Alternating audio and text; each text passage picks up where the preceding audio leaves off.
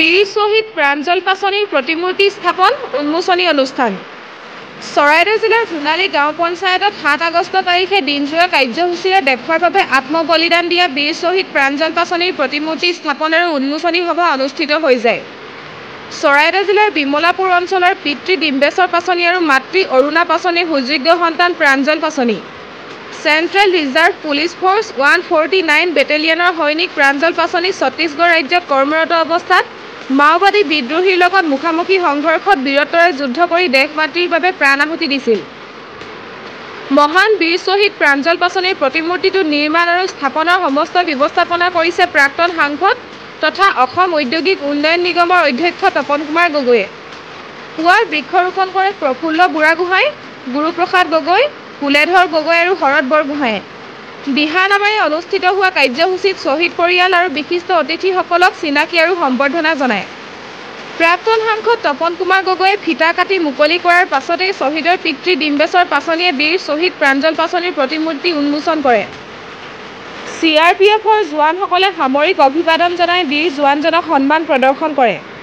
অসম ঔদ্যোগিক উন্নয়ন নিগমৰ অধ্যক্ষ তপন কুমাৰ গগৈ, বিধায়ক ধৰ্মেশ্বৰ কোঁৱৰ, বিজেপি চৰাইদেউ জিলাৰ সভানেত্ৰী নিতুমণি প্ৰধান, চৰাইদেউ জিলা পৰিষদৰ সভানেত্ৰী সংগীতা গগৈ, CRPF 149 বেটেলিয়নৰ ডেপুটি কমাণ্ডাণ্ট ৰশ্মি দাস, SI নীৰজ পাছাউৰী, চৰাইদেউ জিলা প্ৰাক্তন আৰক্ষী অধীক্ষক IGP জিতমন দলেৰ লগতে বহুসংখ্যক বিশিষ্ট ব্যক্তি উপস্থিত থাকে।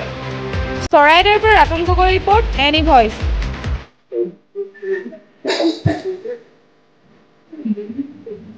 আজিৰ দিনটো আমাৰ কাৰণে এটা খুব স্মৰণীয় দিন।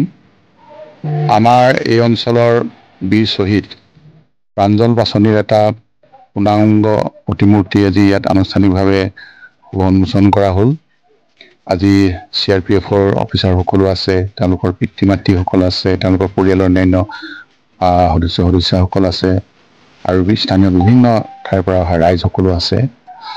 2016 চনত CRPFৰ 149 বেটেলিয়নৰ জোৱান আমাৰ এই অঞ্চলৰ নগাহাট অঞ্চলৰ প্ৰাঞ্জল পাছনি, তেখেতে ছত্তীশগড়ত কৰ্মৰত অৱস্থাত আছিল আৰু মাওবাদীৰ লগত হোৱা আক্ৰমণত তেখেতৰ মৃত্যু হৈছিল 2016 চনত।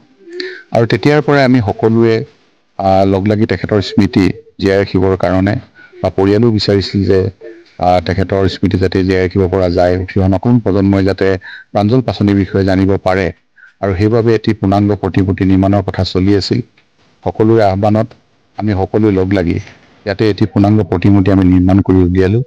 আমাৰ সোণালী গাঁও পঞ্চায়তৰ কাৰ্যালয় আছে ইয়াতে, পঞ্চায়ত কাৰ্যালয়, তাৰ সন্মুখৰ এই ঠাইডোখৰত প্ৰাঞ্জল পাছনি নামেৰে এখন পাৰ্ক আমি নিৰ্মাণ কৰিব বিচাৰিলোঁ আৰু এই পাৰ্কতেই প্ৰাঞ্জল পাছনিৰ পূৰ্ণাংগ প্ৰতিমূৰ্তি নিৰ্মাণ কৰাৰ ব্যৱস্থা কৰা হ'ল। আজি সেই শুভক্ষণটো আহি পালে আৰু আজি আনুষ্ঠানিকভাৱে তেখেতৰ পিতৃয়ে আজি পূৰ্ণাংগ প্ৰতিমূৰ্তিটো উন্মোচন কৰিলে। আমি আশা ৰাখিম যে দেশৰ কাৰণে, দেশ মাতৃৰ কাৰণে প্ৰাণ আহুতি দিয়া প্ৰাঞ্জল পাছনি কেতিয়াও তেখেতৰ যি ত্যাগ, সেই ত্যাগ কেতিয়াও অথলে নাযায় আৰু তেখেতৰ অবৰ্তমানত আৰু এই মূৰ্তিটোৱেই সদায় আমাক তেখেতৰ বীৰত্বৰ কথা সোঁৱৰাই থাকিব আৰু ভৱিষ্যত প্ৰজন্মই যাতে তেখেতৰ বিষয়ে জানিব পাৰে, সেইকাৰণে তেখেতৰ একেবাৰে গোটেই জাৰ্ণিটো, অৰ্থাৎ তেখেতৰ জন্মৰ পৰা, পঢ়াৰ পৰা, চাকৰিৰ পৰা মৃত্যুৰ তাৰিখলৈকে সকলোখিনি আমি সুন্দৰভাৱে লিপিবদ্ধ কৰাৰ কথাও চিন্তা কৰিছোঁ, যাতে কোনেও কাৰ প্ৰতিমূৰ্তি বুলি প্ৰশ্ন কৰাৰ ফল নাথাকে। সকলোৱে আহি তাত পঢ়াৰ লগে লগে সকলোৱে কথাখিনি গম পাব। এনেধৰণৰ চিন্তাৰো কাম কাজবিলাক কৰা হৈছে। আজিৰ দিনটোত ৰাইজৰ স্বতঃস্ফূৰ্ত যি সঁহাৰি, তাৰ পৰা প্ৰমাণ কৰে যে প্ৰাঞ্জল পাছনিৰ প্ৰতি ৰাইজৰ কিমান মৰম আছিল।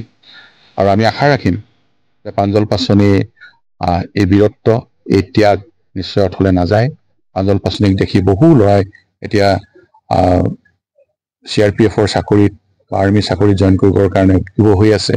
তেখেতসকল আগবাঢ়ি আহিছে আৰু ভৱিষ্যতৰ দিনতো দেশ মাতৃৰ কাৰণে সেৱা কৰিবৰ কাৰণে আমাৰ এই অঞ্চলৰ বহু ল'ৰাই আগবাঢ়ি আহিব, এই বিশ্বাসটো আমাৰ আছে। মই পুনৰবাৰ তেখেতসকলৰ পৰিয়াললৈ ধন্যবাদ জনাইছোঁ, স্থানীয় ৰাইজলৈ মই ধন্যবাদ জনাইছোঁ, পঞ্চায়তৰ সভাপতিৰ পৰা আদি কৰি সকলোকে মই ধন্যবাদ জনাইছোঁ আৰু বিশেষকৈ CRPFৰ ডেপুটি কমাণ্ডেণ্ট আহিছে, তেওঁলোককো মই ধন্যবাদ জনাইছোঁ যে তেওঁলোকে আজিৰ তাৰিখতো পাহৰি যোৱা নাই। 16 চনতে তেখেতসকলৰ সতীৰ্থ মৃত্যু হৈছিল, কিন্তু তেখেতসকলে সতীৰ্থৰ খবৰ লৈ থাকে। তেখেতসকলে আজি আমি ইয়াত খবৰ দিয়াৰ লগে লগে তেখেতসকল ইয়ালৈ আহিছে। মই সেইকাৰণে CRPFৰ 149 বেটেলিয়নক মই বিশেষভাৱে ধন্যবাদ জ্ঞাপন কৰিছোঁ আৰু ভৱিষ্যতৰ দিনত এই ঠাইডোখৰ সুন্দৰ ৰূপত পৰিষ্কাৰকৈ ৰখাৰ ক্ষেত্ৰত যাতে আমি সকলোৱে সহযোগিতা আগবঢ়ায় তাৰ কাৰণে মই স্থানীয় সকলো ৰাইজকো মই এইভাৱে আহ্বান জনাইছোঁ। सीआरपीएफ के कमांडो बटालियन 201 कोबरा में 30 जुलाई 2016 को अपने तैनाती कमांडो में अपने प्राणों का न्यौछावर कर दिया। ये कोई आसान बात नहीं है, इसीलिए एक शायर ने लिखा है, हम अपनी जान के दुश्मन को अपनी जान कहते हैं, हम अपनी जान के दुश्मन को अपनी जान कहते हैं, मोहब्बत की इसी मिट्टी को हिंदुस्तान कहते हैं। ये कई प्रकार के युग में एक ऐसा परिवार को मौका मिलता है कि ऐसा पुत्र उनके परिवार में जन्म ले जिसका लहू इसका खून इस मातृभूमि के काम आए। मैं मेरे जो सीनियर लोग हैं उन्होंने बहुत कुछ बोला है तो मैं आपको ज्यादा बोलना नहीं चाहूंगा। मैं ही चाहूंगा इस गांव को, इस जिले को, इस देश को प्रांजल पिताजी आप पर सदैव गर्व रहेगा। प्रांजल पिताजी की भारत माता की थैंक यू एवरीवन। परम श्रद्धार प्रांजल पासवाনে আজি প্ৰতিমূৰ্তি উন্মোচনৰ এই অনুষ্ঠানত আজি মই ধন্যবাদ দিছোঁ। লগতে আপোনালোকৰ যোগেদি আজি অসমৰ এজন বীৰ পুৰুষ সন্তান আজি সমগ্ৰ অসমবাসীৰ লগতে ভাৰতবাসীয়ে মনত ৰাখিছে বা মনত ৰাখিব আজি তাৰ প্ৰতিমূৰ্তি সমগ্ৰ এই অঞ্চলটোক উজ্জীৱিত লগতে তেখেতৰ প্ৰতিমূৰ্তি স্থাপনৰ কাৰণে জীৱন্ত এটা মূৰ্তি হিচাপে জীয়াই ৰখা যি প্ৰয়াস কৰিলে তাৰ কাৰণে পুনৰবাৰ